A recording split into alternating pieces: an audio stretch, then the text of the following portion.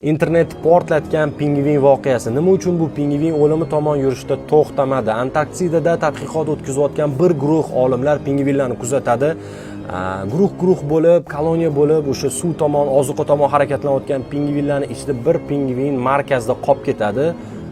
E'tibor tortgani ana shu pingvin ozuqa suv tarafga emas, aksincha muzliklar, tog'lar tarafga, ortiga qarab harakatlana boshlaydi. U tarafda qaysidir ma'noda o'limi tomon, chunki suv, ozuqa, hech nima yo'q tarafga harakatlana boshlaydi. Uni maqsadi nima bo'lgan meni juda ham qiziqtirdi va harakatlana boshlaydi. Qisqasi uni taqdiri nima bo'ldi bilmadim, lekin qissadan qissa kichik mana shu kontent kartinadan men tushungan narsa, har bir odam bir individual o'z fikri, o'z qarashi va o'z maqsadi bo'lishi kerak. Qaysidir bir podaga ergashib, u bilan birga o'lib ketgandan ko'ra o'z maqsadi yo'lida vafot etgani afzal degan bir qisqa faylasufona bir tushunchani tushundim.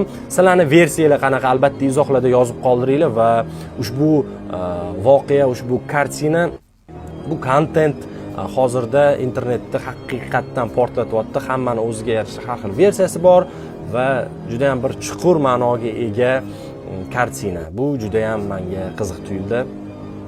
Fikringizni izohlarda yozib qoldiringlar. Haqiqatda o'z maqsadi yo'lida vafot etgan yaxshi. Kimgadir ergashib yo'q bo'lib ketgandan ko'ra, rahmat.